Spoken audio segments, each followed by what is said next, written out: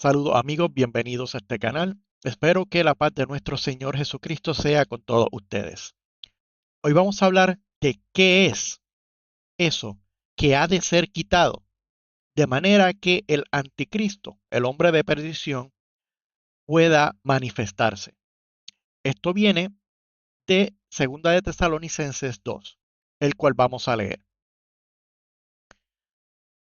Pero con respecto a la venida de nuestro Señor Jesucristo y nuestra reunión con Él, os rogamos, hermanos, que no os dejéis mover fácilmente de vuestro modo de pensar, ni os conturbéis ni por espíritu, ni por palabra, ni por carta, como si fuera nuestra, en el sentido que el día del Señor está cerca.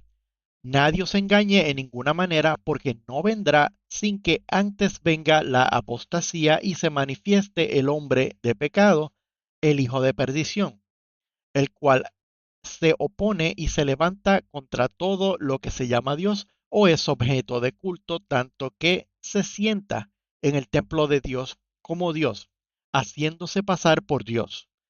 ¿No os acordáis que cuando yo estaba todavía con vosotros os decía esto?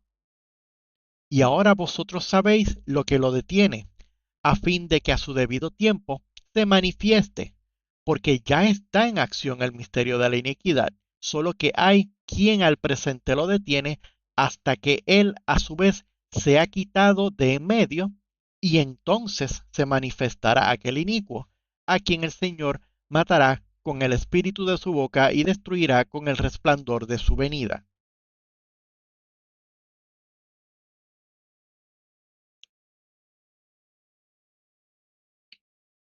Bien, aquí hay bastante para desempacar. Lo primero es que nosotros notamos como el apóstol Pablo está hablándole a los tesalonicenses, advirtiéndoles que no se dejen mover fácilmente de su manera de pensar, porque muchos de ellos pensaban que por la manera en la que estaban siendo tribulados en aquellos tiempos, el día del Señor ya estaba cerca.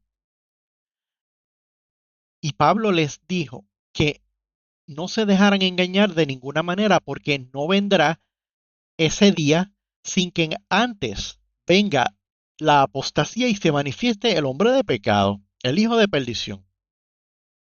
Más adelante dice en el versículo 6, dice, y ahora vosotros sabéis lo que lo detiene.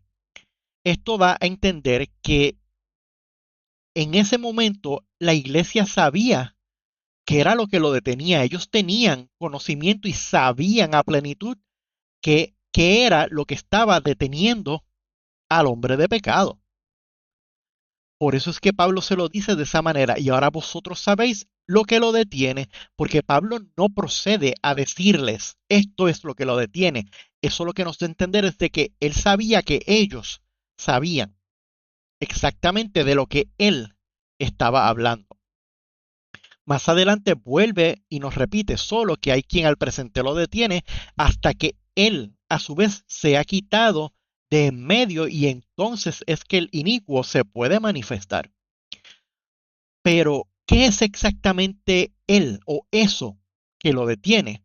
Bueno, tenemos que analizar y pensar qué no había antes, que llegó de repente o que llegó, que hace que ese hombre de pecado, que ese misterio de la iniquidad no pueda manifestarse. Tiene que haber algo sobrenatural, porque estamos hablando que el hombre de pecado es el hijo de perdición, una persona que va a estar completamente poseída por Satanás, o sea, Satanás mismo.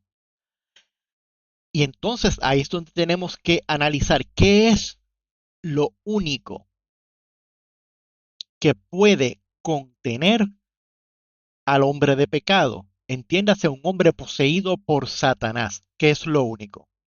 Tiene que ser un poder divino. Entiéndase, un poder como el Espíritu Santo. Vamos a ver qué nos dice Mateo 16. Ahí leemos, y yo también te digo, tú eres Pedro, y sobre esta roca edificaré mi iglesia, y las puertas del Hades no prevalecerán contra ella. Aquí el Señor Jesucristo está hablando sobre la iglesia y él mismo declara con su boca, el Señor, que las puertas del Hades, que las puertas del infierno no prevalecerán contra ella.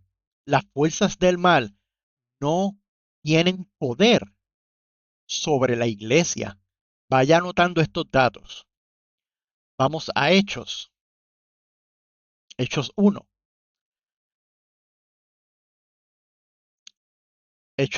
Vamos a Hechos 1:4.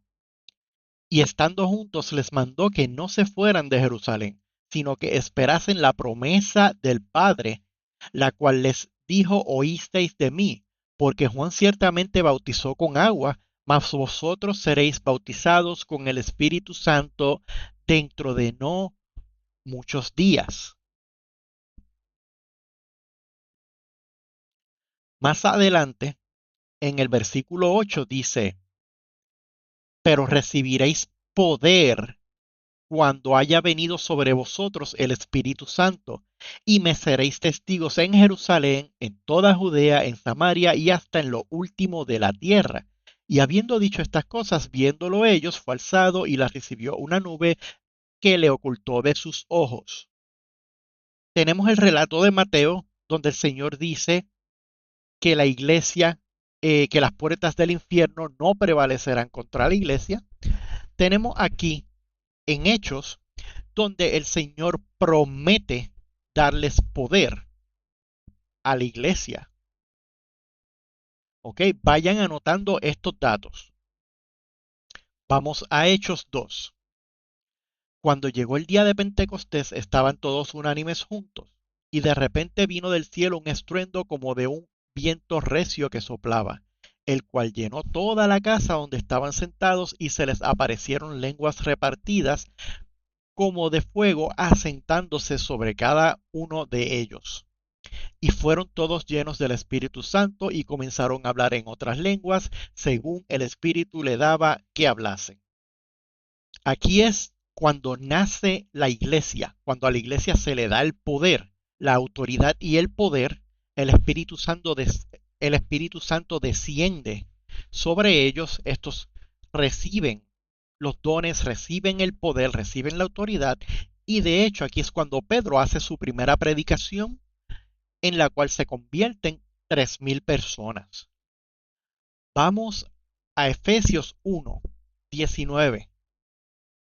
Aquí lee: y la cual supereminente grandeza de su poder para con nosotros los que creemos, según la operación del poder de su fuerza, la cual operó en Cristo, resucitándole de los muertos y sentándole a su diestra en los lugares celestiales, sobre todo principado y autoridad y poder y señorío, sobre todo nombre que se nombra, no solo en este siglo, sino también en el venidero, y sometió todas las cosas bajo sus pies, y lo dio por cabeza sobre todas las cosas a la iglesia, la cual es su cuerpo, la plenitud de aquel que todo lo llena en todo. Eso que tiene que ser removido es el cuerpo de Cristo, el cual tiene autoridad y cual tiene poder sobre todas las cosas, como dice la palabra, sobre todo principado y autoridad y poder y señorío, sobre todo principado. ¿Qué es lo que tenemos potestad en el nombre de Jesucristo? ¿Quiénes somos? El cuerpo de Cristo. Y lo dio por cabeza sobre todas las cosas a la iglesia, la cual es su cuerpo, la plenitud de aquel que todo lo llena en todo. Hasta que la iglesia no sea removida, el anticristo no tiene poder, porque el cuerpo de Cristo está en la tierra todavía. Mientras el cuerpo de Cristo, que tiene potestad y poder, señorío sobre todo nombre que se nombra, no en este siglo, sino también en el venidero, hasta que eso no sea removido, el anticristo no tiene poder para hacer absolutamente nada. Cuando se remueva la iglesia en el arrebatamiento, es que este inicuo se va a manifestar. y vendrán los 7 años de prueba, los 7 años de tribulación, los 7 años de la ira del Señor para juzgar a los moradores de la tierra. No se dejen mover de su manera de pensar. Nosotros tenemos las palabras de los apóstoles bien escritas en la palabra, bien claras para entender. No se dejen mover de su manera de pensar por personas que no tienen el Espíritu Santo, que buscan engañar, que buscan confundir con cortinas de humo a todas las personas que no leen o que no están bien paradas en sus creencias. Que la paz de nuestro Señor Jesucristo sea con todos ustedes y los veo en el próximo.